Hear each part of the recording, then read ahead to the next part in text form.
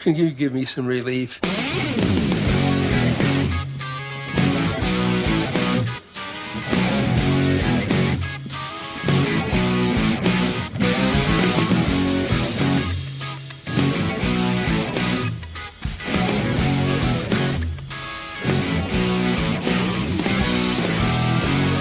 Hello, everybody, and welcome to episode 69 Nice. of the Ron and Brian podcast. I'm Ron, as always, joined by the man who's been giggling all week about the fact this is episode 69, Brian. Brian, how are you, my friend?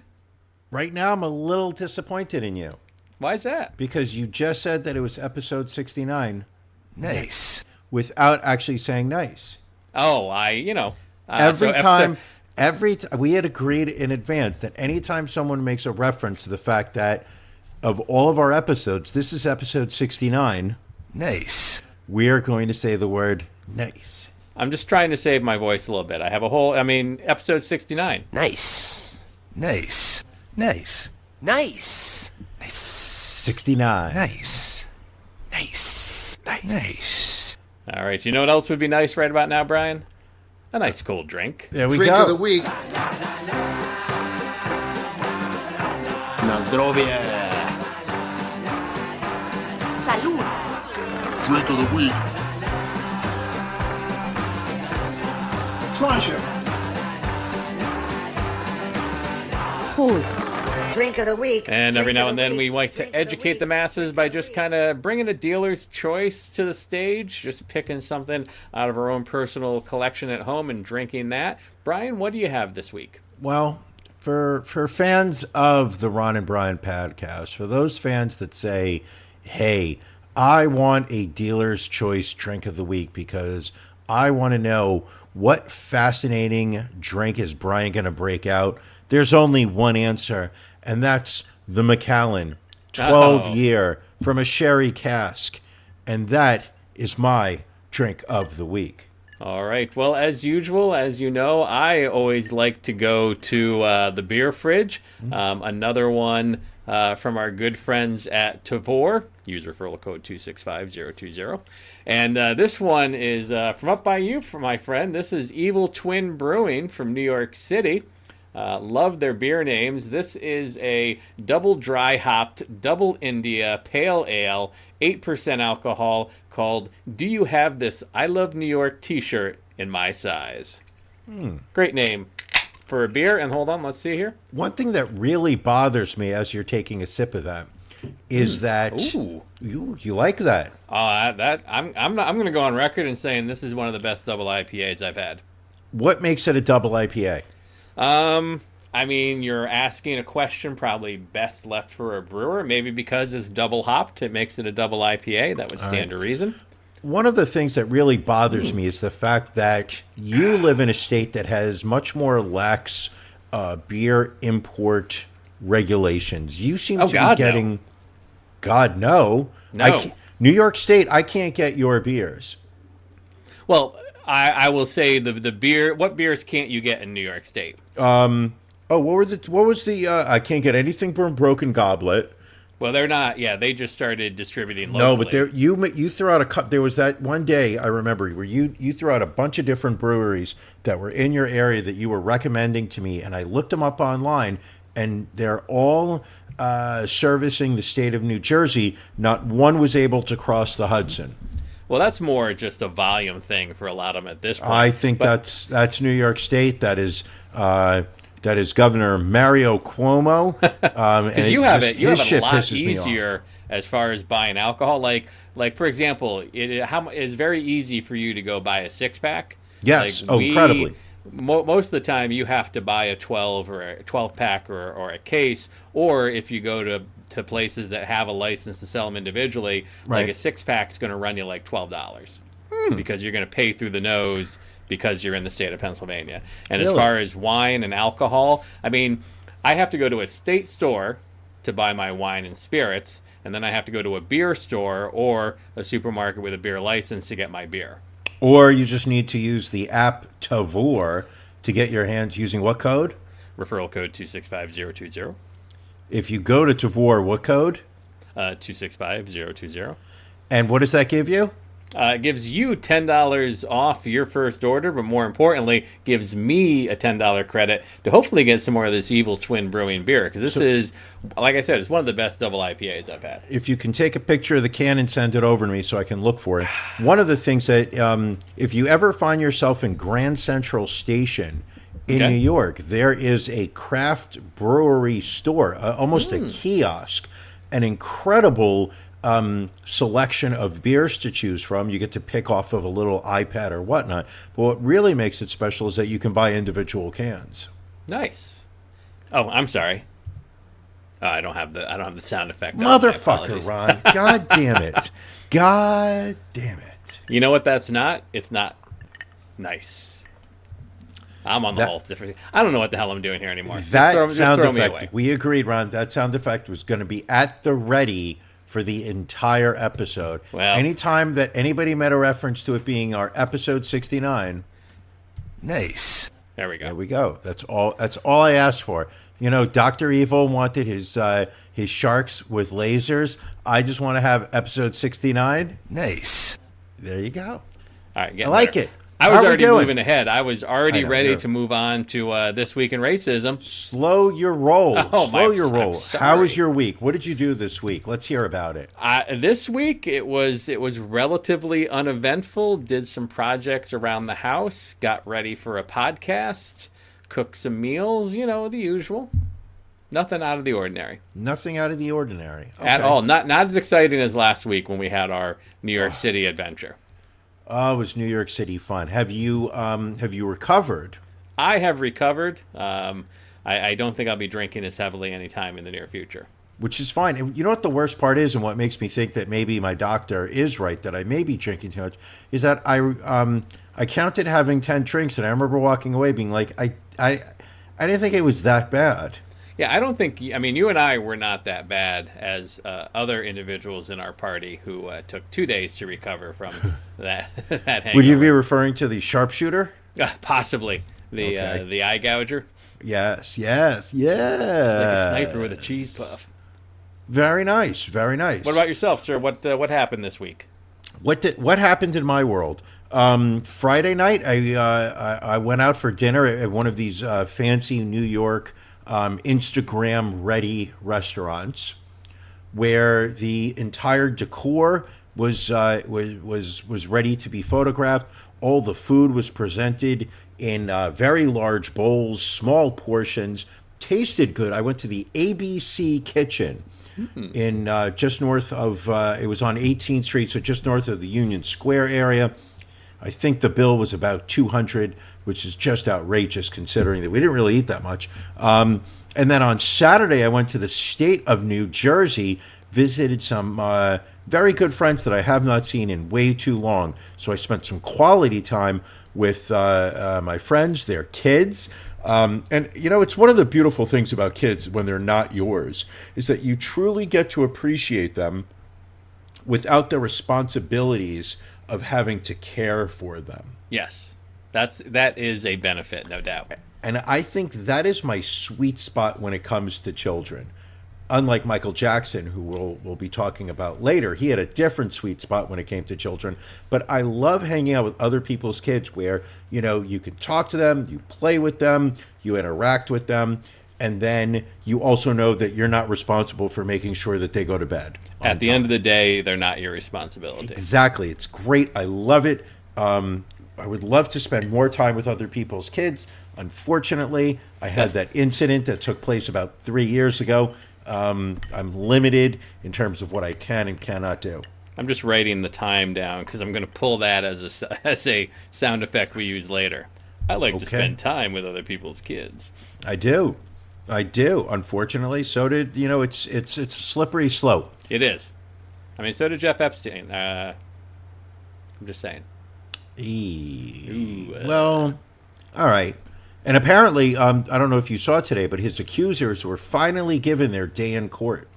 And this is one of the bizarre things about the American court system, is that they actually had a hearing today in, I don't know whether it's federal court, I think it's federal court. I believe this is in federal court, yes. In the Jeff Epstein case, where the judge formally dropped all charges in the sex slavery or the sex criminal charges against Jeffrey Epstein because he committed suicide and is dead, allegedly committed suicide, definitely dead, unless you are on the dark web, at which you will argue that he is allegedly dead. But apparently there is this requirement that if somebody dies that has an outstanding crimes against them, you have to drop the charges. Yes. And that same thing happened with Aaron Hernandez from the Patriots when he committed suicide.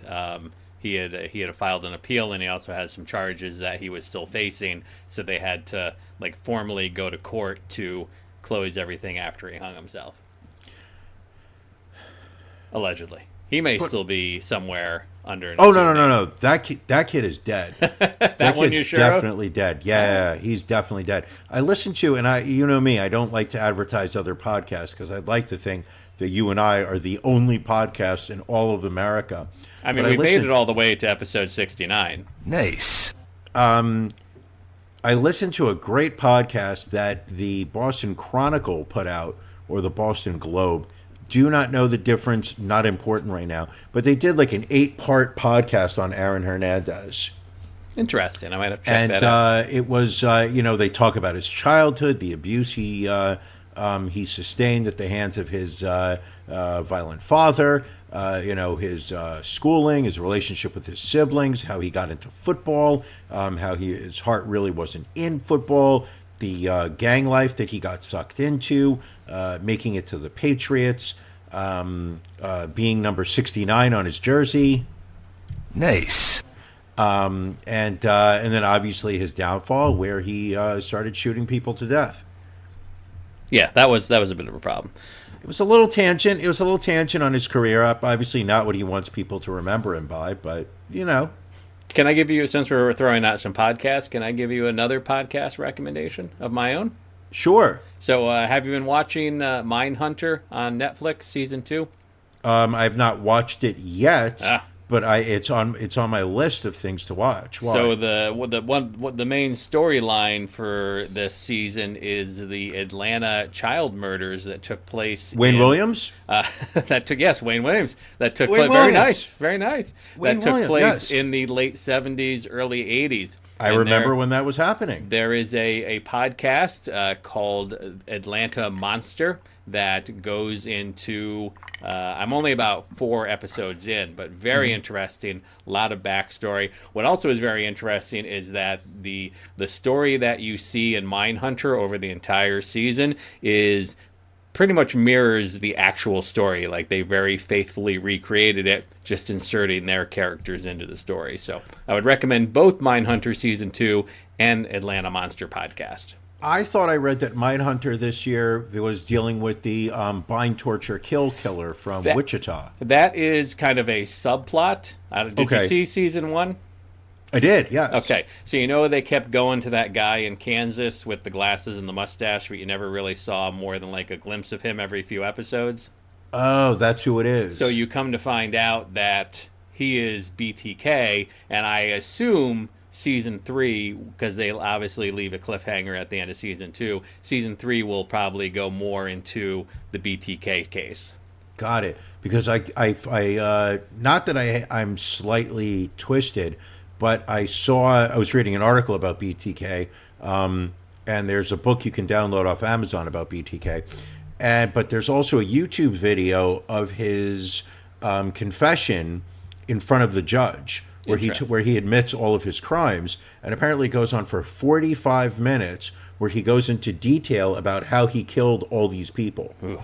And they said it's one of the most chilling videos that's out there because he is so happenstance about the different crimes. I will have to check that out also. What I did was I put it on my Pornhub playlist so that right after I go to the Asian puke porn, I can go right into the BTK, and while I'm reloading, and then when that's over, I can go right back to the pregnant cream pie. Just makes sense. There we go.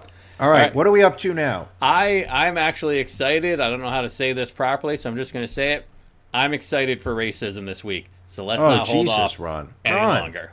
This Week. in Racism.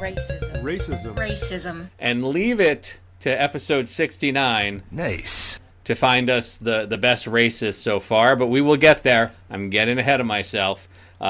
We had an upset. It was down to the wire. I kept checking the vote up until we started recording this podcast. The Texas post office racist has officially knocked off Parker Mushton 57% to 43%. We have a new champion. Brian, your thoughts? If I'm not correct, I believe I called this last week. It's one of our it's one of our best videos where you've got an angry older white man wearing suspenders right off the bat. You gotta love a man in Texas wearing suspenders. And the clip-on suspenders, not the fancy ones that button. This is not a fancy look. However, you've got a guy who's clearly angry, clearly dealing with somebody who's in a customer service role. He gets angrier and angrier. He starts dropping some profane language, some racial slurs, and you get crowd reaction as part of all of it. That's where I thought it was brilliant. Well, Parker goes to the bench with 3 wins, second highest vote total of the entire season. No doubt we'll see him in the year-ending Racism Madness tournament, which we are hoping, fingers crossed, we are having some preliminary conversations with Iowa State Representative Steve King to see if he will sponsor this year's Racism Madness. We will keep you up to date, but if you want to reach out to Steve King and his offices and encourage him to support racism and the Ron and Brian podcast, please do. And then Texas post office racist, he's got a head of steam. He's going in looking for a second win. A lot of cases that we looked at this week. New York, actually a couple of them, surprisingly. We don't always get to go up north there.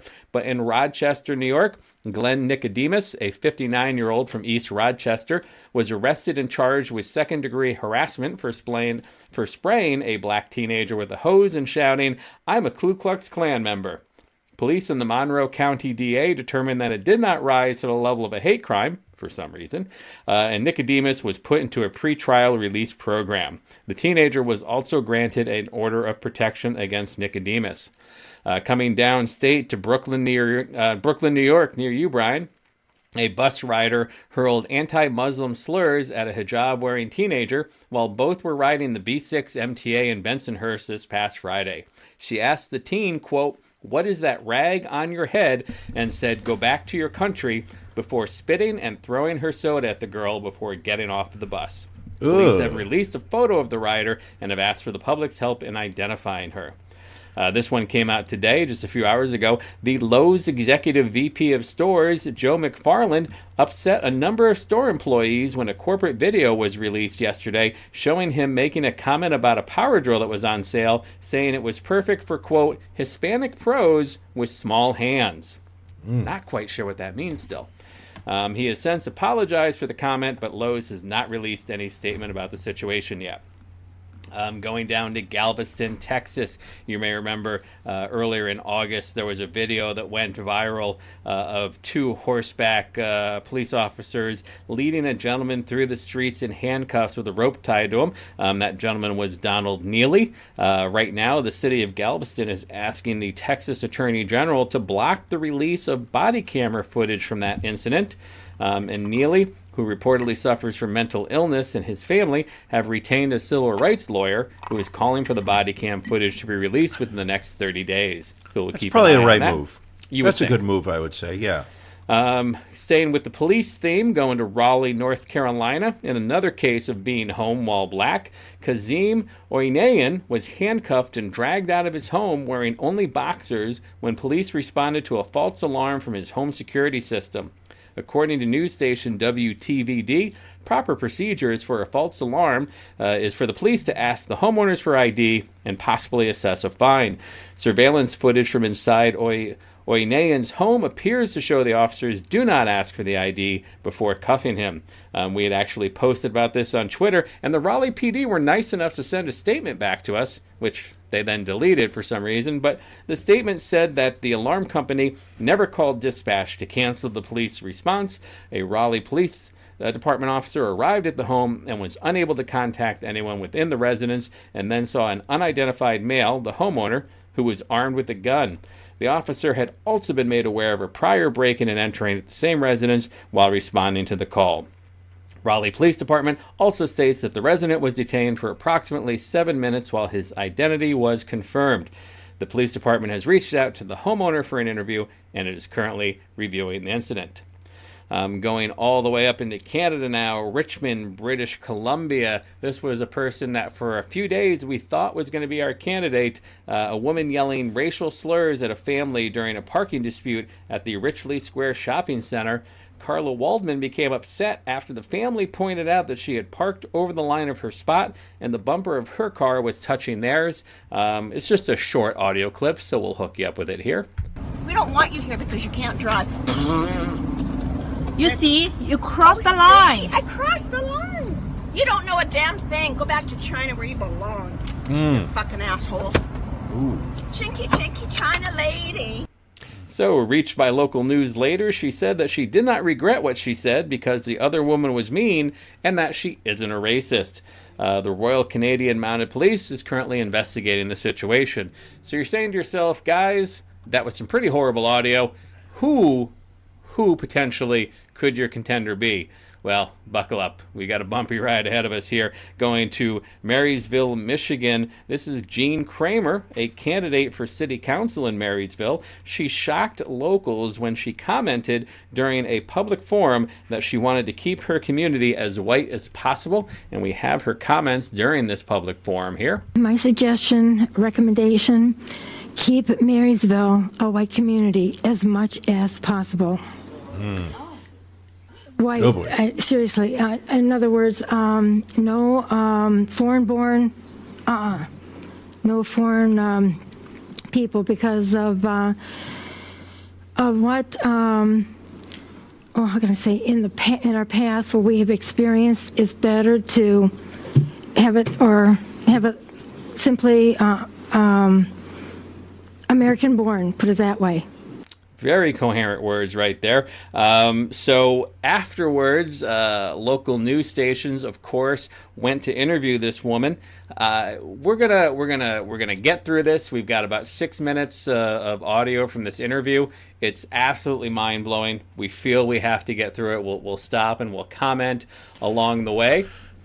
And let me see if I have this queued up here. Brian, are you ready for this? So let me see if I get this straight. All right. This is a woman that is running for city council in Marysville, Michigan.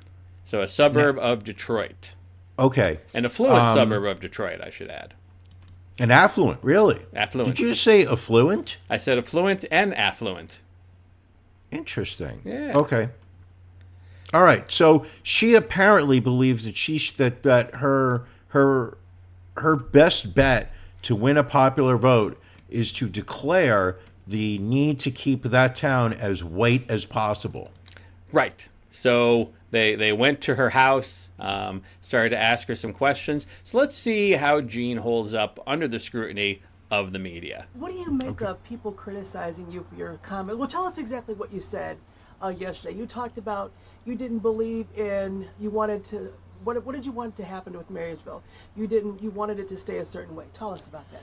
Well, we like Marysville the way it is. But as far as having a black couple moving in, we have no problem with that. But where it's wrong is when you have a white woman and a black husband, a white wife and a black husband together. That's wrong, and vice versa. Well, and why is that? It's simply against the Bible. Like I was telling her, God created Adam and Eve, same kind, same race all around, and that's how He wants that. He's our example right there. All right, so this is her initial argument. Obviously, black couples are fine.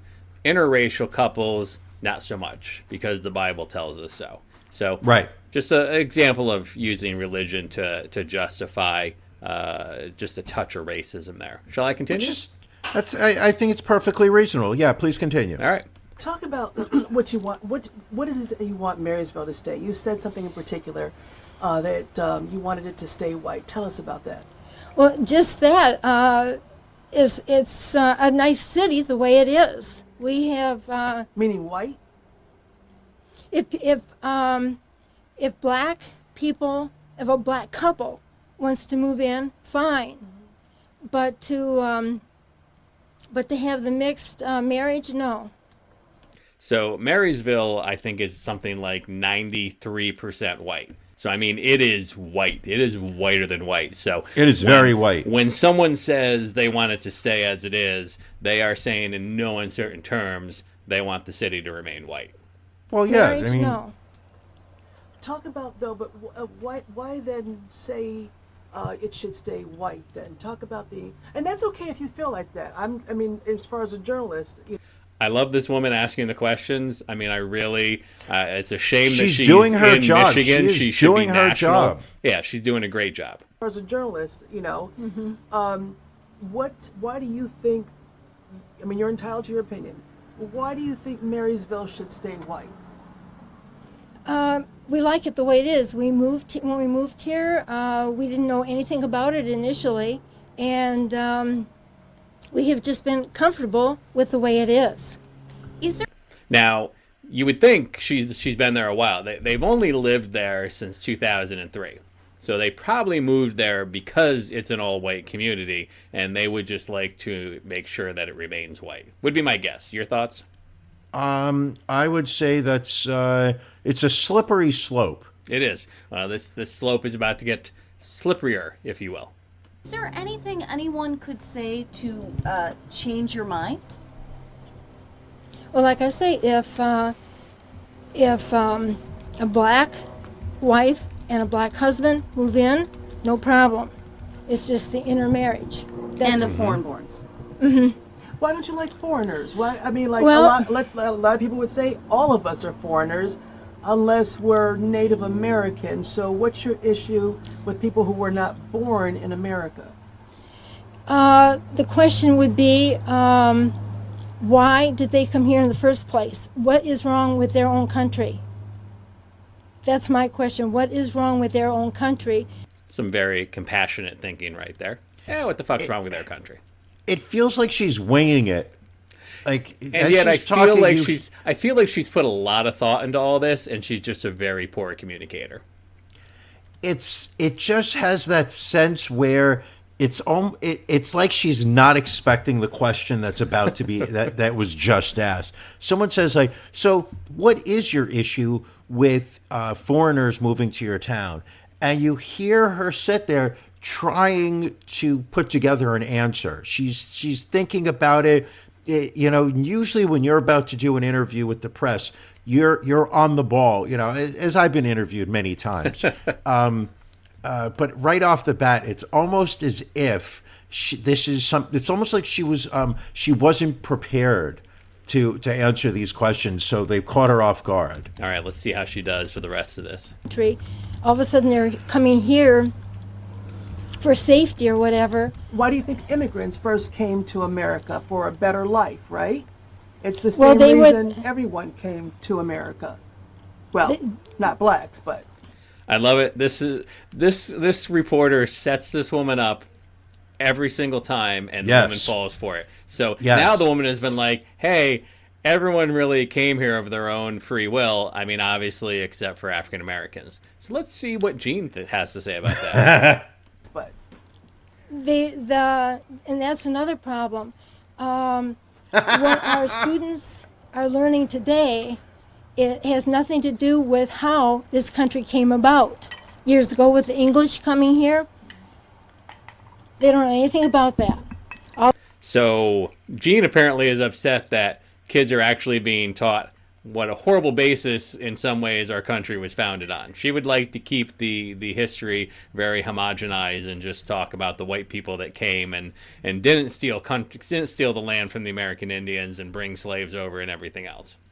I would like to take this opportunity to let all of our American listeners think about this point, which is the fact that this woman has a vote in the next presidential election that is equally valuable as yours. All those U.S. history books were changed, and that's wrong. Where did your family come from? Oh, goodness me, way back. I'm not even goodness sure me. how far back my ancestors go. Italy, Germany? Germany. As a man of German descent on both sides of my family, I apologize for her. That's No fine. question. That's fine. Germany. So I'm an immigrant. Would I not be welcome in Marysville? Is your husband an immigrant? I'm actually single. Oh, goodness me. I see no problem. What about my brother? He's black and his wife is white and Asian. I have to think about that one. I would say right now, that's a mixed marriage, no. I like how she was going to have to think about that one. Like, that is a tough one. And I especially love how now all of the reporters are just like, let's see what verbal gold we can get out of this woman. Let's see, what we can come out. And she's doing like racism math in her head. Like, the reporters are like, so we've got a white man from Germany, but he's converted to Islam. And she's in her head welcome like, in your town? But he's married to an African-American woman, but she's got that disease that whitens her skin, so you can't really tell. Would she be let into Marysville? Hold on, let's see what else we have. Oh my goodness. Well, Oh, goodness me. Well, I'm going to have to say no at the moment, don't you know? Let's see what other questions they throw at her. Me, I'm English and my wife's Canadian. So she's foreign. My question would be, isn't that how Canada got started?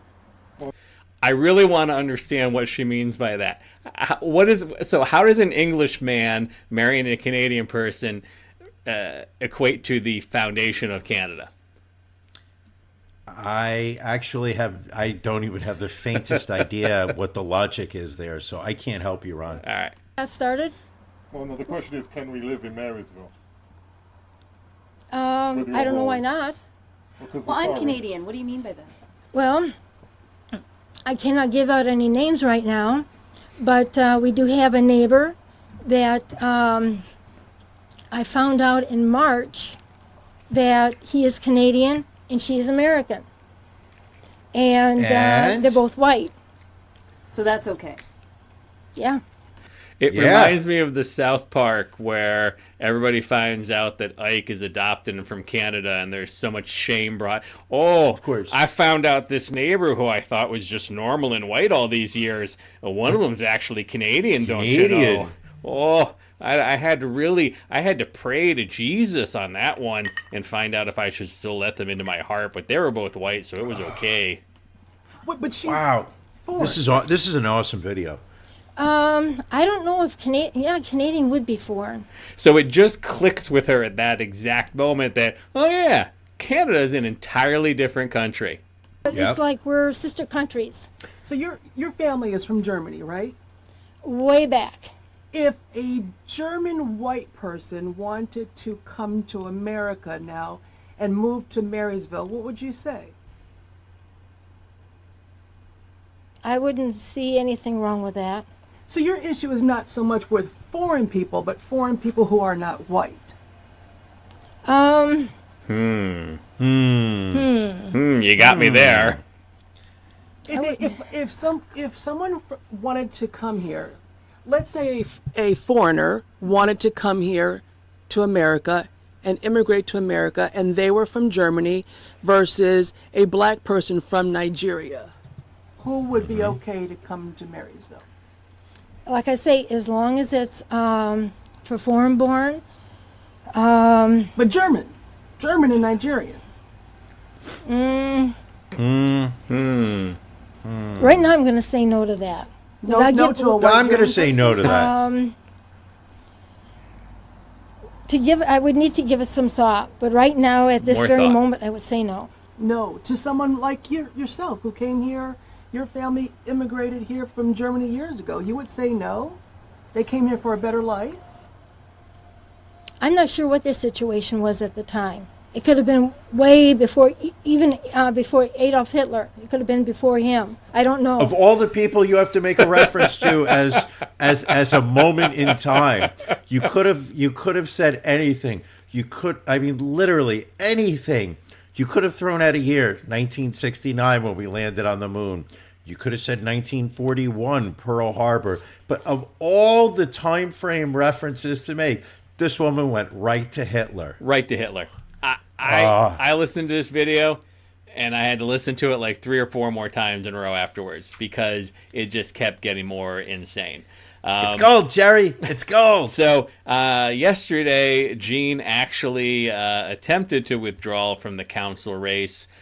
She submitted a letter stating that she wished to remove herself from the race in light of the public outcry. However, it was after the April 26th deadline to exit, so legally the city is required to leave her name on the November 5th ballot. So she is one of 5 people running for 3 city council seats in Marysville, Michigan, and has, I would say, a puncher's chance at still getting elected, because there are probably enough horrible people in Marysville to be like, she's not that bad. Wait a second. I thought that she was not accepted. No, she was on the ballot already, which is why she was part of the public forum where she made the initial comments. She has attempted to pull out of the race, but the city has found that legally they can't take her off of the ballot at this point. Oh, jeez. Let me tell you, should she win, I need the audio of that acceptance speech. My God. I'd like to thank all of the same race couples that voted for me and all of the American born. I'm glad you were able to overcome the foreigners and the illegals that tried to stuff the ballot box. My gosh. He was funny looking. What am I going to do my first 100 days in office? I don't know. I'm going to have to think about that one. But initially, I'm going to say public hangings is where we're kind of going. So get on board or die, one or the other. So thank you, everybody. I'm going to go celebrate with some more milk and some Oreos. Thank you now. Now, does she still? Do we still have more with her? Or that was it. That was the full 6 minutes. I could have listened to her for a whole hour. I'm a little upset that they cut it. And one question I have, why is this woman in Marysville, Michigan getting questioned harder by reporters than the President of the United States on any given day of the year? Because the only thing I can think of is that the presidential press corps still feels some level of respect for the role. Not the person in the role, but they feel that they need to treat the president with deference, even though it is a complete jackass bully who's in that role. Unbelievable. Well, so that is This Week in Racism. So we will have Gene Kramer going up against the Texas post office racist. We've got a senior citizen showdown this week. I got to put my money on Gene because there's so much ignorance and so much racism there. Again, the voters are going to decide. Brian, what are your thoughts on this heavyweight matchup we're going into for the week? I'm going to say I think our friendly post office from Texan he's going down this week. All right. You have said it. We'll see what happens. Folks, you decide. Go to the Facebook page, go to the Twitter page, and place your votes, and you will decide who moves on to the following week in This Week in Racism. But holy shnikes, what a week we got ahead of us. Brian, should we air out some beefs? Let's do beefs.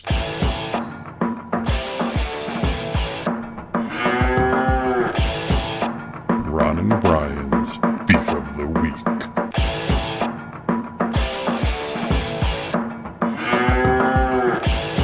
And if you don't mind, I'll throw mine out there first today, Brian. Go first. I have a beef with the school year starting. And I'm talking high school, middle school, those kind of schools.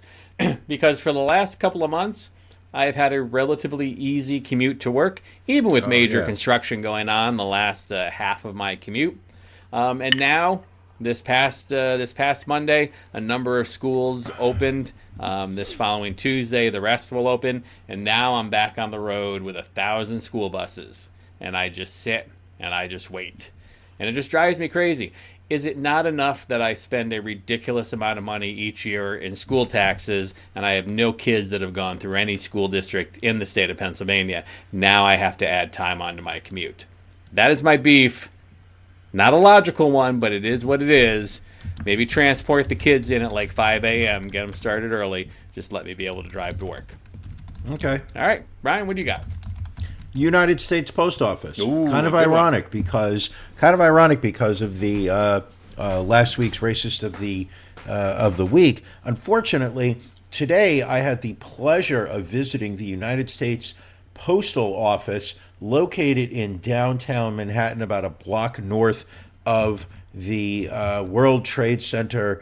It is still running with the efficiency and technology that they had in 1974. Why do you say that? I needed to overnight an envelope. Now, this was something that I wanted some tracking information on. I wanted to be able to. I basically wanted what Federal Express has to offer, but I thought I would be nice and support the post office. Sure, keep them running. So instead of just using the company FedEx account, I said, I'm walking to the post office and I'm going to overnight this envelope. Waited in line for over 25 minutes. It was, I would say, about 12:30, which I would consider, people would go to the post office during their lunch break in an area of town that's heavily surrounded by office buildings. There were 4 windows open. It was so slow moving. The line, ridiculously slow moving, and everybody that got to the front of the line, when they approached the window, whatever the communication that went back and forth, somehow they got sent away to go fill out a form. Okay. At which point they would then call somebody else up, send that person away, and the first person would come back. Completely inefficient, slow as fuck. I literally took my entire lunch break to mail an envelope. Ludicrous, waste of time. We need to become more efficient. No wonder the terrorists are winning. Perhaps you should have utilized the tools available on USPS.com, Brian. Those of us savvy mailers know that it's easiest to just do everything online, print your mailing label, and then just drop it in a mailbox. Yeah, but I needed this to be overnighted. Yeah, you can do that too. Really? I mean, I'm not blaming you, but I'm just saying I understand doing it in person needs to be brought into the 21st century. Some kiosks, perhaps, some employees that possibly give a shit. One or the other. So I will grant you your beef of the week, Brian. I'm feeling very benevolent this week. So I can just print up something online? Yeah, you just create an account at USPS.com. Motherfucker. I know, right? I just, how's your mind blown? I just opened your eyes to a whole new world, my friend. Son of a bitch. All right, well, there goes I've got something to learn. Got something to learn. I'm not as technologically advanced as I thought I was. Now, the internet had beef this week with Jimmy John's, not for the fact that they serve subpar sandwiches, but they were very upset at their CEO, who I did not realize his actual name is Jimmy John. I thought it was just I didn't know that. I just thought it was like a thing for the sandwich shop, but his actual name is Jimmy John, and I'm not even going to try and pronounce this last name. Jimmy John, and I don't care. Leotard. Oh. So anyway, he is a Phil Leotardo. He's a big trophy hunter. And so some photos started to surface, which are actually, most of them are a few years old. One of him was killing an elephant and giving a couple thumbs up. Looks like we killed a leopard here, a shark, a rhino. So, I mean, he likes killing big game. And, right. So basically the hashtag boycott Jimmy John's went viral on Twitter. There's been a number of stores around the country where people have protested in front of. So I kind of wanted to tackle this issue. Sure. Because, years ago, I was a franchise owner of a Quiznos subs. And, while I am also an animal lover, obviously we have more animals in this house than we do humans by a significant number. But the challenge I have here is when you go after a company like Jimmy John's, which is made up of pretty much entirely individual franchisees. I don't think there's really, I don't know if there's no corporate stores or if there's a limited amount of corporate stores, but when you boycott a company like Jimmy John's, you are having a relatively minor impact on someone like Jimmy John himself and having a major impact on the franchise owner. We opened ours in probably 2005, I think, me and a buddy of mine. And it didn't go well, to say the least, obviously, because I'm not doing it anymore. But we worked our butts off for 2 years running this Quiznos subs. Did so poorly that I had initially left my job to run the place. And because we were putting anywhere from $1,000 to $5,000 a month back into the store to cover expenses every single month. So forget about pulling a salary. Like this, I had saved up a lot of money and blew through a good amount of that in the first few months. So then I had to go back to work a full-time job. So now I'm working 50 hours a week. I'm working a few nights a week at the Quiznos. I'm working alternating weekends. My friend is working the times that I'm not. And we're just pouring money into this place. Right. Just never got to the point where even if we could have broken even, that would have been fine. That would have eased the pain a bit. No, right. So after roughly 2 years, and we tried to sell the place, couldn't sell it. Literally could not give it away. We had someone that we were just going to give it to, just say, here, take it, period, end of story. But he already had another couple of Quiznos, and our landlord was worried that he'd default on the lease, so he wouldn't approve the transfer of the lease. We had to personally guarantee the lease for 10 years. Big mistake on our parts, but we thought we were actually we ran worst case scenario numbers and said we can at least break even worst case scenario. Well, this was worse than the worst case. Why do you think? Hold on. Why do you think? Why do you think it was so much more difficult than your worst case scenario? I think there was Do you think you were overly optimistic about how well you were going to do? Were there challenges about opening a business that you hadn't taken into account? I think some of the things. Do you think Quiznos sandwiches are just not as good as Jimmy John's? I will say Quiznos is better than Jimmy John's. I actually liked Quiznos. I will say this: first of all, Philadelphia is very slow to come around to any franchise. Starbucks almost did not survive in Philadelphia when they first came out because people were just so used to going to their corner coffee shop. So, Starbucks for a number of years in Philadelphia lost money.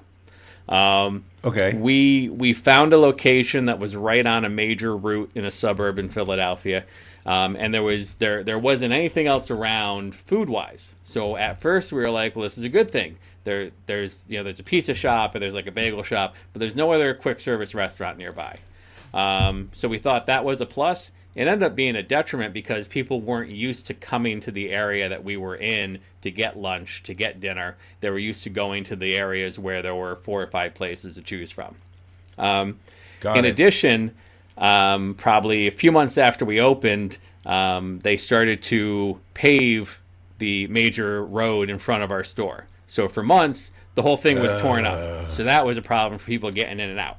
Then they paved it. It was so nice that people flew down the highway, much higher than speed limits. And so people were like, yeah, I don't feel comfortable slowing down to turn into your parking lot because I think I'm going to get rear-ended. I'm sorry for laughing. Yeah, no, believe me, I can laugh at it now because it's much later.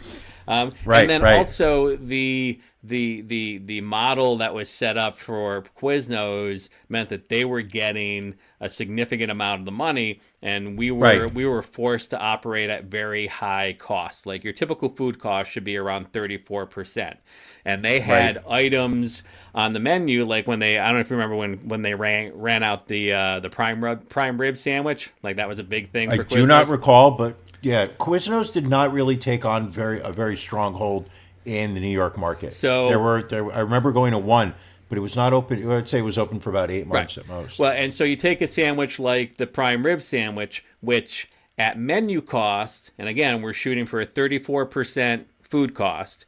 At menu cost, the prime rib sandwich was a 55% food cost. Then they roll it out, and they would throw coupons in the Sunday paper to take $1 or $2 off that prime rib sandwich. Now you're at a 65 to 70% food cost. So meaning that you're not making any money off. You're not making a lot because you take all your other costs after that 70. And again, that's the sandwich that everybody's buying because it's at such a good price, and it was a very good sandwich. Right. So that was an issue. You know, how we had to order. There were a ton of sandwiches on the menu, a lot of which would only take one item. So like we had, for example, we had a sandwich that took like this raspberry chipotle dressing. You had to buy 4 gallons of it at a time. That was the minimum order in a case. But people didn't eat the sandwich. So you would use a quarter of 1 gallon, and then you'd end up throwing the other 3 gallons away. Because it would go past the expiration date. So that was a challenge. And we ran a solid store. We passed every inspection. We were an A+ store with Quiznos, and we were just losing money every single month. And it was without a doubt one of the worst times of my life. And so we eventually ended up closing the store. Like we just were like, let's close the store, see what happens. Hopefully the landlord will understand. Yeah, obviously landlords suck. So we closed the doors, left the keys to the landlord, and said, do what you got to do. And he was like, well, I'm going to sue you for the rest of the lease. I'm going to sue you for the remaining 8 years of the lease. It's like, you can sue us, but we ain't got a pot to piss in. And we didn't even bother hiring a lawyer to defend us because we would have lost. Like, it was a very clearly spelled out. Yeah, we would have just owed the lawyer money. So basically, landlord got a default judgment, and I was then in turn in 2007 forced to declare bankruptcy. Because I had lost, I would say conservatively, I couldn't bring myself to go back to run the total numbers, but I would say I lost anywhere between $200,000 to $250,000 on that.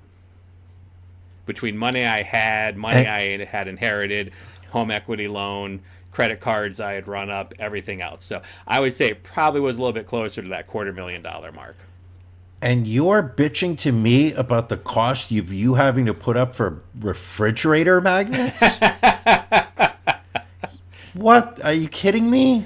So it was a very stressful time. I thankfully got a very good bankruptcy lawyer, but there was a portion of time that I wasn't 100% certain that I was going to keep my house. Like it was to that extent. And, it took me 7 years, obviously, to get through my bankruptcy plan. And it's taken me a long time to build my credit back up. And I was one of the lucky ones. We always hear the worst case scenarios. Years ago, there was a Quiznos owner out in, I believe, California, who owned 2 Quiznos, and he actually ended up suing Quiznos because he felt they had opened a new location too close to his. He sued Quiznos. Quiznos responded by terminating both of his franchise agreements, and he ended up walking into a Quiznos bathroom in LA and shot himself 3 times in the chest and killed himself.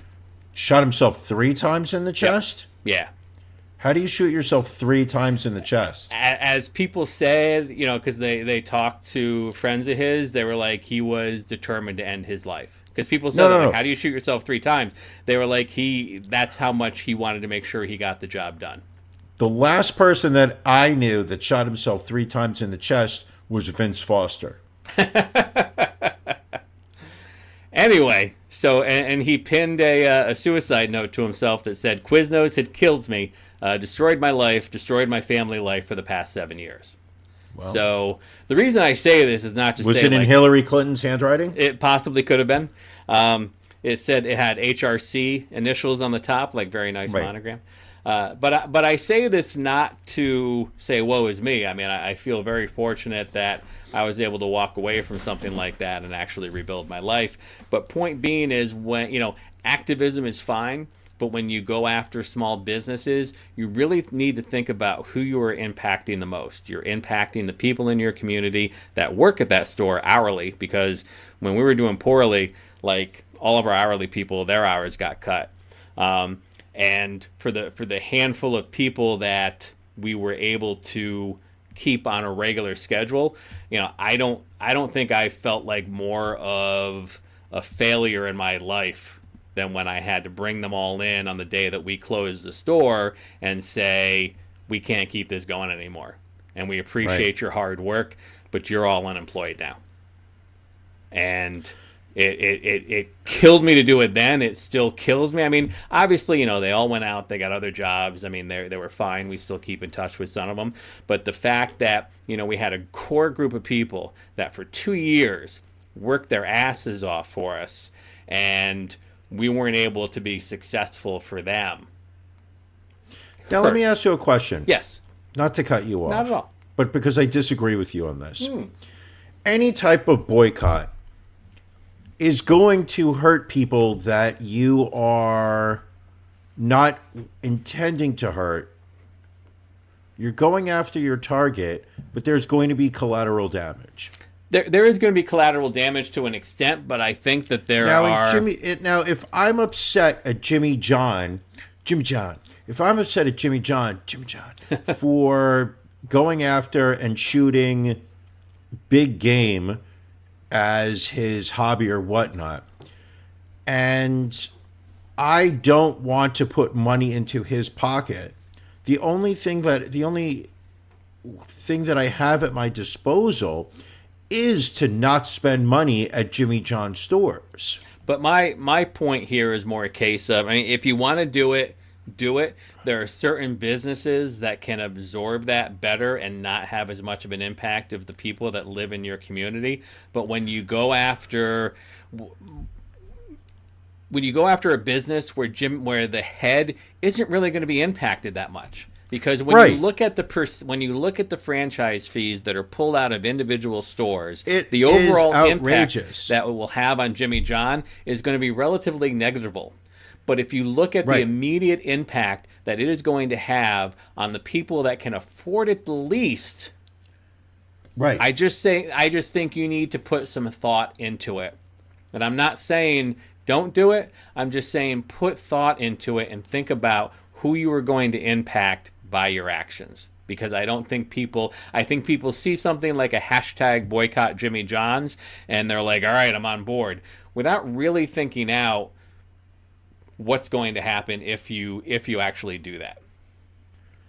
I don't know. I mean, I know where you're coming from, but if I don't support the killing of animals for sport, and a company's CEO is a huge proponent of it, I'm going to boycott that company's products. Which is your prerogative. Employees of that store of that company are going to be hurt. My goal in boycotting is to cut sales to that company to affect its operations, in the hopes that the CEO sees that his company is going to be affected by people not supporting over this issue.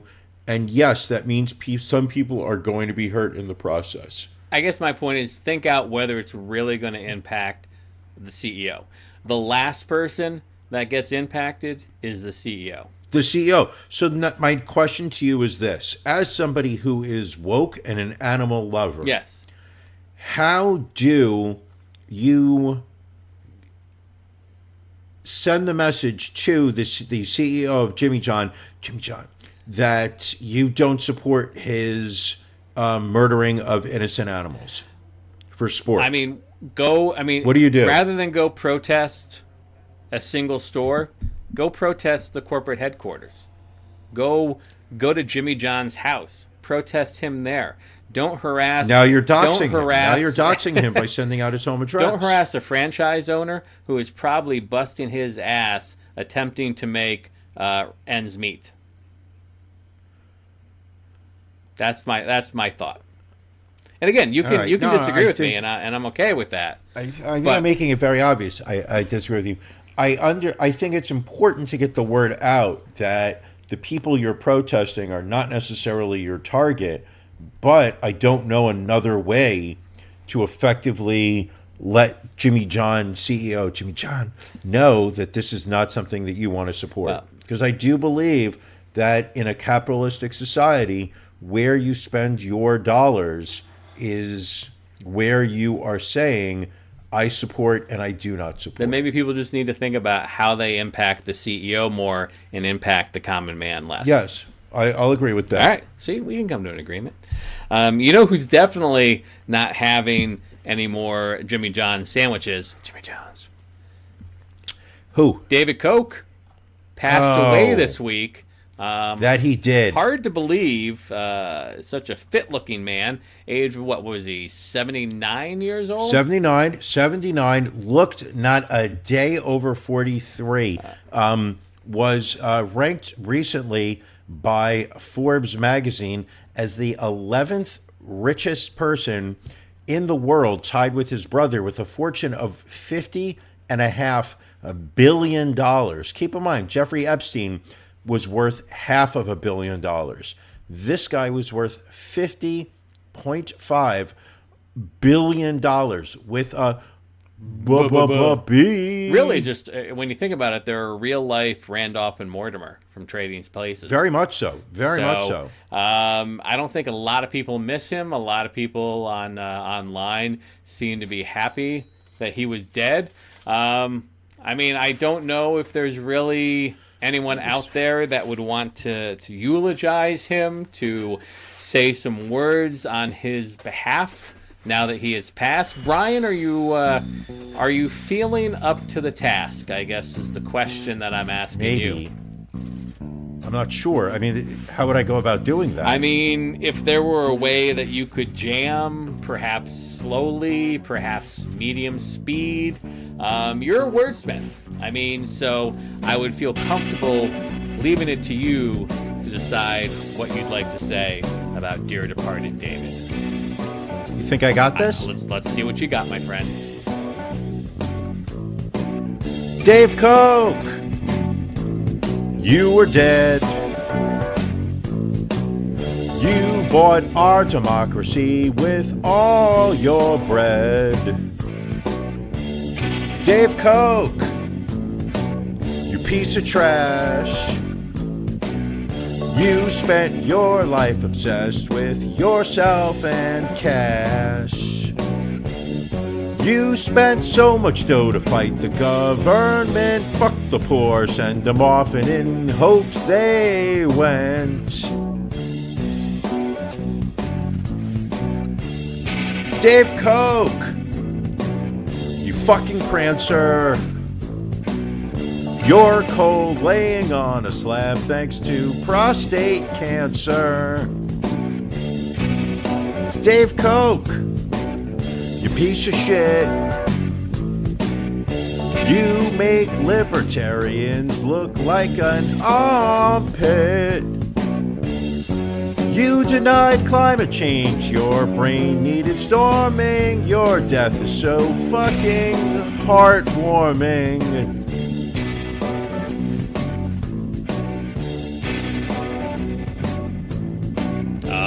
Is that all you got for him? That's all I got for Dave Koch. Just a piece of shit. He literally made the comment that he was in favor of global warming because that meant that there would be more land on Earth for farming and growing food to feed the masses. Spent roughly $100 million to oppose the re-election of Barack Obama. Was a huge figure in the Republican Party and financing to fight any type of corporate regulations by the government. I will say the world is a better place without him in it anymore. And I'm going to go out on a limb. I think that might have been your best obituary so far. Thank you. So, thank you very much. Now, what I was surprised to find out, we know about his conservative leanings. We know about his involvement with the Republican Party. I was very surprised to find out he also funded a couple of libertarian organizations, specifically the Cato Institute and the Reason Foundation. Brian, you are a card-carrying libertarian. I'd like to get your thoughts on this. Well, I think what you're confusing here is somebody who is a libertarian with somebody who is a capitalist with access to a lot of cash and wants to hold on to as much of it and make as much of it as possible. You've got David Koch, who, yes, spoke out against the war on drugs, spoke out against wars in general, basically said that our foreign policy, where we were intervening in countries across the world, was damaging to America, something that I've been saying since probably the late 1970s. At the same time, he was, and he and his brother literally spent millions of dollars to protect the federal government's interest in anything that might affect them. And this is where I think institutes like the Cato Institute, like the Reason Foundation, where you've got these, they're fronts. In the way I see it, is they're really fronts for, they want to give the impression of being a libertarian organization. Really, what they are pro-capitalistic diatribe centers, where it really is keep the government from supporting anyone. Let's let everybody do what they normally would do. And the problem I have with it is the fact that when the message is coming from the haves and not the have-nots, it's really easy to say that government regulations are not helpful. We shouldn't have welfare. We shouldn't have unemployment benefits. We shouldn't have any type of Social Security benefits. We should just believe in an open market system. We shouldn't have any type of security system for the poor and needy, the people that need it. Why? Because the people that are sending this message know that they're never going to need any type of government support. So would you say that people with this amount of money, they're kind of cherry picking the tenets of libertarianism that benefit them the most and kind of ignoring libertarianism as a whole? Well, I think it's really easy to be a libertarian when you know you're never going to need any type of government support. Like, Good to point. me, libertarian is really, when you think about it, it's that there should be a limit to the effect that a government has in your life. But it's not an absolute limit, wherein, we do need a central government. I do want a government that is maintaining roads, that is maintaining a police department and a fire department. And because if my house goes on fire, I want to be able to call the fire department and know that they are being properly funded and will come support me. I would like to know that, heaven forbid, I lose my job, that there's some type of financial aid to help me get through this period of unemployment. But I think that when you don't need the benefit of anything that the government can offer because you're so individually wealthy, it's really easy to sit there and say, oh, by the way, I now don't believe in the government in any way, shape, or form. We should just let the wealthy be able to do what they want to do. We should let companies do what they want to do. There should be a free market. And we should let free market rules dictate what happens, which is really easy to say when you control the market. Sure. When if you have no concerns whatsoever money-wise, it makes it very easy to have that kind of thought. Exactly. So that's why I find these institutes and think tanks really kind of dangerous, because they really subvert the message of what they're saying, wherein so much as they are really just putting out talking points so that the wealthy can become more wealthy. Because those are their patrons, their sponsors, the people that make the Cato Institute popular and being able to exist. The wealthy people that don't want a government taxing them or controlling what they can do with their companies, like Jimmy John. Thank you for that. That was actually a very coherent piece from you here on episode 69. Nice. You almost sound surprised. Well, no, I like your take on it, and I appreciate you for educating us on this whole thing. It was very surprising to me at first, but now that you've explained it, it makes a lot more sense. Seems a lot more on brand for the Koch brothers. There we go. You know who continues not to be coherent? Our president. It came out this week that he apparently wanted to, or not necessarily wanted to, but wanted to look into the possibility of nuking hurricanes. Yes, the idea is to create a counterbalance energy than what the hurricane is producing to help it dissipate. Which, in theory, like I said, sounds like it might work, except for the fact that a nuclear bomb dropped in a hurricane would literally send out nuclear debris in the entire direction of the Caribbean and Florida, where his precious Mar-a-Lago and his precious Trump International Doral is. And the interesting thing is he's not the first person to have this idea. It's actually come up so often that the National Oceanic and Atmospheric Administration website has a page saying why it's such a terrible idea, which, like you said, odds are it would probably just create a radioactive hurricane. This was an idea that actually was pitched by meteorologist Jack Reed back in 1956. No one really listened to him, but in the late 50s, we apparently just wanted to try setting off nukes anywhere. So there was a project called Project Plowshare, which was an attempt by America's scientists to find peaceful and scientific ways to use nuclear explosions. So they talked about, they talked about nuking hurricanes. There was 27 nuke detonations in Nevada, New Mexico, and Colorado between 1961 and 1973 as part of this Project Plowshare. The first was something called Project Gnome, where the U.S. Atomic Energy Commission detonated a 3.1 kiloton bomb in a salt mine to study the possibility of converting the heat produced by a nuclear explosion into steam for the production of electric power.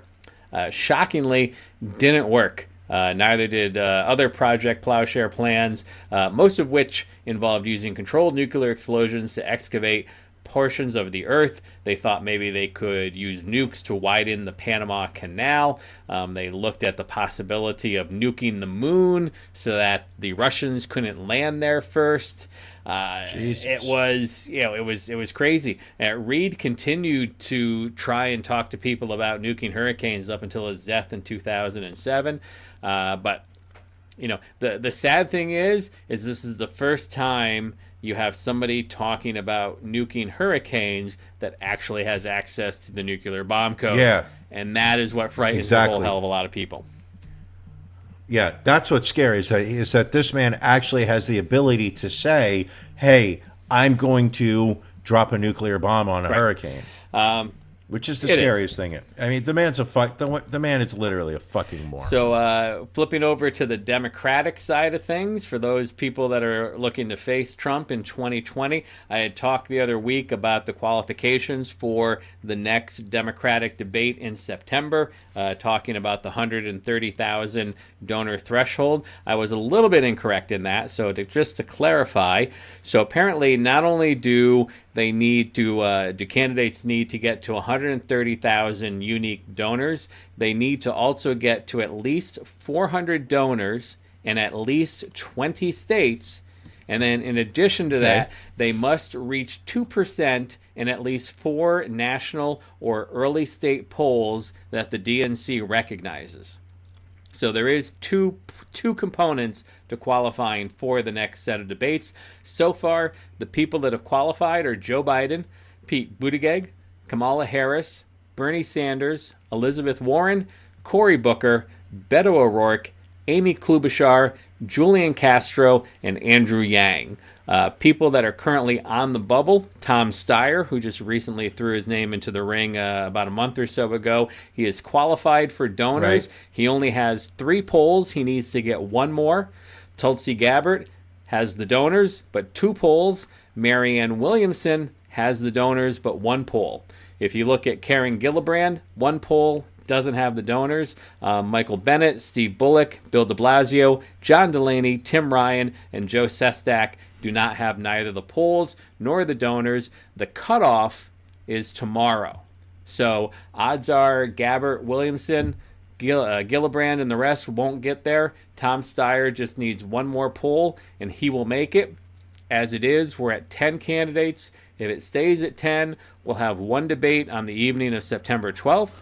If Steyer or additional get in, if it goes to 11 or 12, they will break the field into 2 nights, September 12th and September 13th. But clearly we're starting to see a narrowing of a field. Very surprising poll that came out, I believe, of Monmouth the other day, that showed that both Bernie Sanders and Elizabeth Warren have basically pulled even with Joe Biden.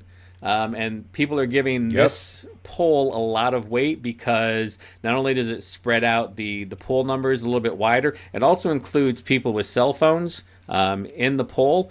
The knock off of a lot of these polls for Joe Biden is that they only call people with landlines, and who has a landline these days if you are under the age of 60? So odds are you're getting a lot of these older voters who are more inclined to lean towards Joe Biden. If it is a poll that uses more modern, whether it's a cell phone, a Google phone, Google number, whatever, that's when you see people like Sanders, Warren, Harris, and Buttigieg really narrowing that gap to Joe Biden. So it'll be very interesting to see what happens in these next set of debates. In September, I think that's when you'll really see the field narrow even further.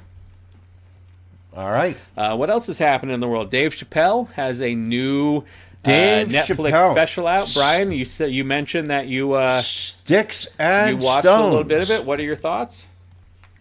I think that we as a society have failed to acknowledge what the job of a comedian is. Okay. Dave is taking a lot of heat because apparently, and this is one of the things that I like about Dave Chappelle, is that he doesn't shy away from things. Literally, within about 4 minutes of the special starting, he is talking about how Michael Jackson liked to stare at buttholes of young children for long periods of time. Obviously, going for the shock, but he basically says that he did not, that he watched the Leaving Neverland documentary and he did not believe the 2 main accusers of Michael Jackson's sexual abuse. He said he did not believe him. He also immediately acknowledges that he is a victim blamer, which I thought was a very interesting acknowledgement, which is that, if, somebody approaches him and says, somebody jumped me at a bar, and he says, well, what did you do that made that person do that to you?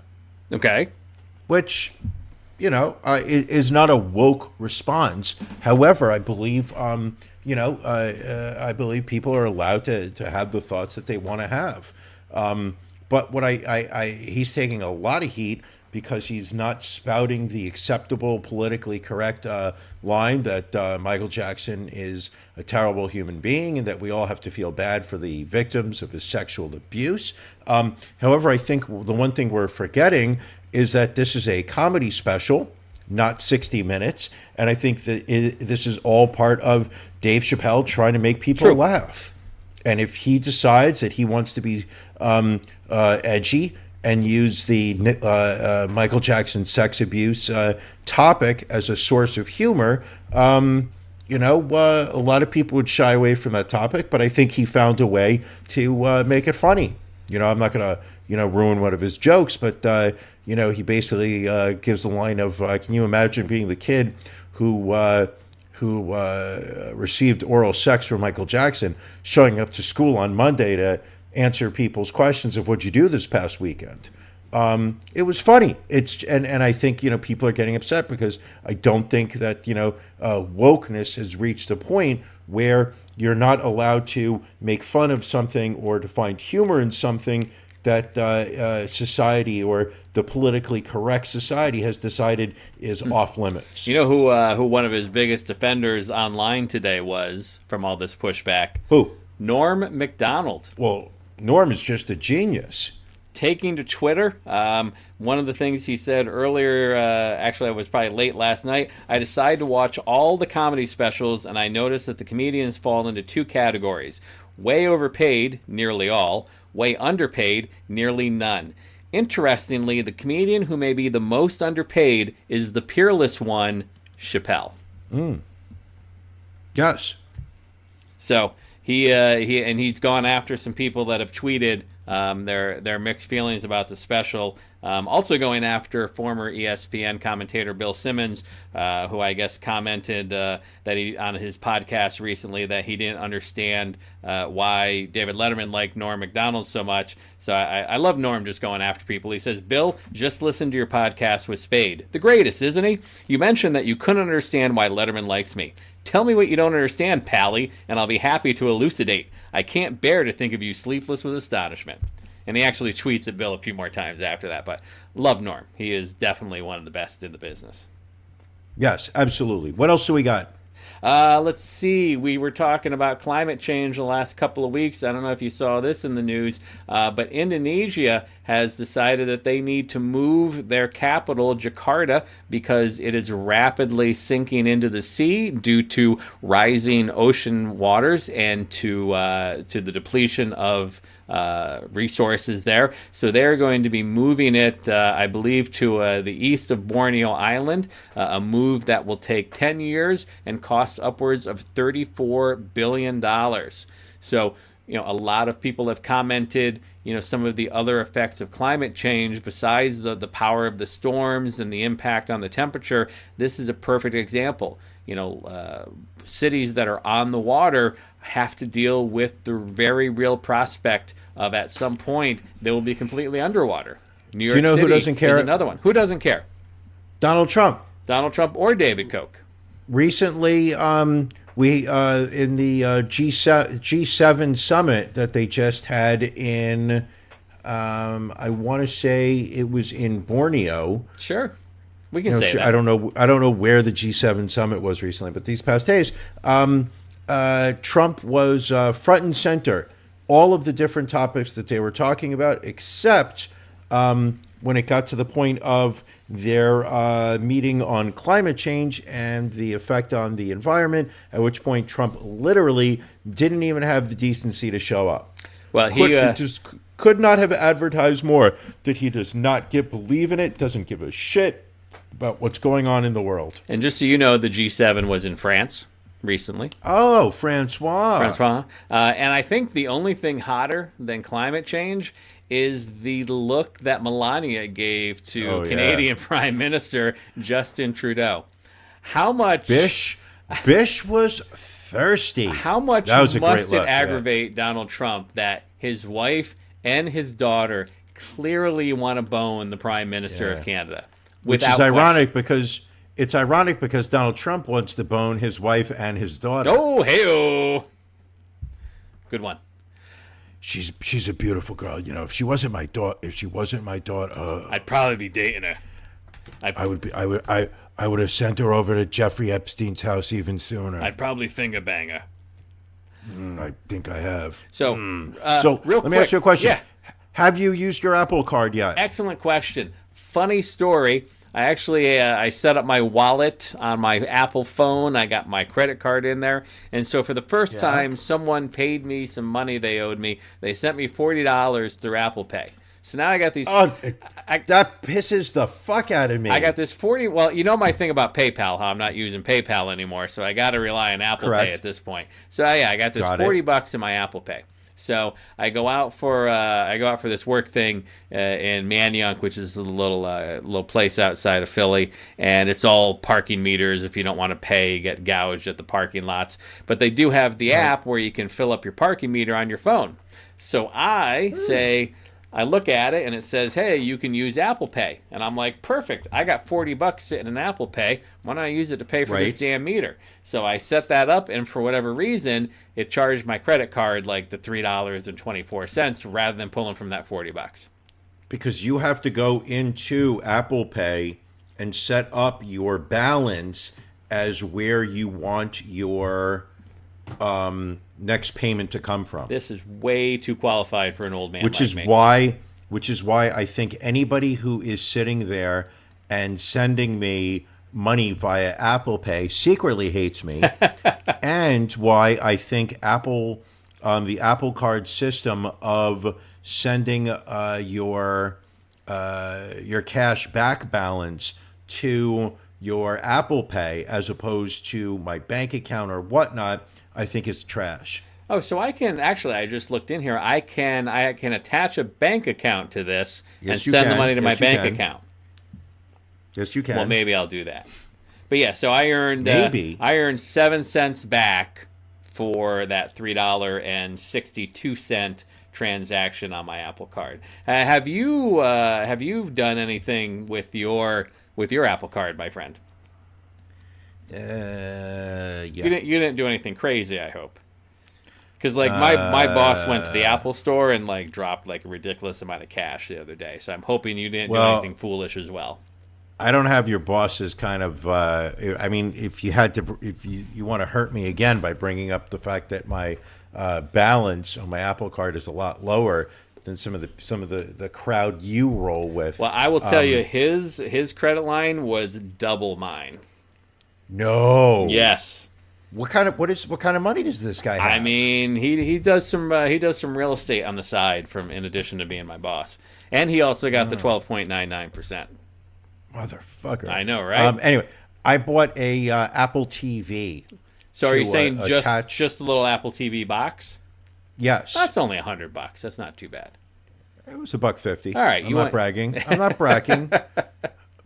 I'm not bragging. No, but what I did like about it was that the color of my Apple Card in my Apple Wallet on the phone got even darker. Did it?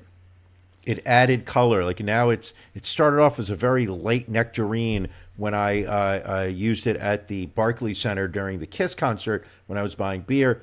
I put $1.50 on it yesterday, and now it's like a high C. Right. It's a beautiful orange. The hues are really coming in. See, I also just realized that I can pay my Apple Card with my Apple Cash balance. And it doesn't want to do it, though. Motherfucker. Well, yeah, no, because you have enough money. Oh, because you do. I do. Because you didn't put that much money on it. Yeah. I got my Face ID's not working. Fuck you, Apple. Sorry. Anyway, see, that's another thing. I think I'm in need of a new phone. Why is that? But I don't want to use the Apple Face option. See, and that's what's making me nervous. Here's what screwed me up because I never used to have the Face ID on there. Apparently, Google Business email upgraded their security settings one day, and so I had to put a passcode and Face ID on my iPhone for my email account at work to still function on my phone. Really? Yeah. I went to log into my email one day, and it was like, sorry, you have to change your security settings. Like, motherfucker, it's Google and Apple working in cahoots with each other. Yeah, see, that's what makes me nervous. I don't want to have to do that. I think, we've covered a lot here today, here on episode 69. Nice. We left one thing out, Ron. What's that? We wanted to thank our new patrons. Oh, yes, on the Patreon? On our Patreon site. For those people that are new to the podcast because you did not want to spend enough time investing until we hit the milestone episode 69. Oh, you got me. You caught me there. Nice. There we go. We are on Patreon. You can find us patreon.com/the Ron and Brian podcast.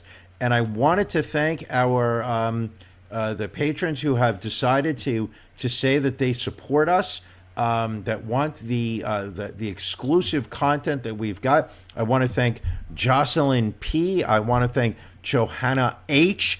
These are the people that have stepped up and said, you know what? I love what you're doing. I want to hear more. I want to support you. How can I help? And the way you can help is go to our Patreon page. Sign up. We've got a bunch of different levels. We've got an aluminum level, a bronze level, a silver, gold, platinum, diamond. And spend some money, get some swag. And also another person that I know listens to the podcast that I was in a conversation with said to me recently, hey, whatever happened to that Philadelphia Podcast Festival? You guys hyped it up so much, but I've never heard it. And if you want to hear I it, said to him I said, Dom, if you want to listen to that podcast, you're going to have to go join our Patreon, become a patron, because it's behind the paywall. It is behind the paywall. It is behind the paywall. Only family members get access to it.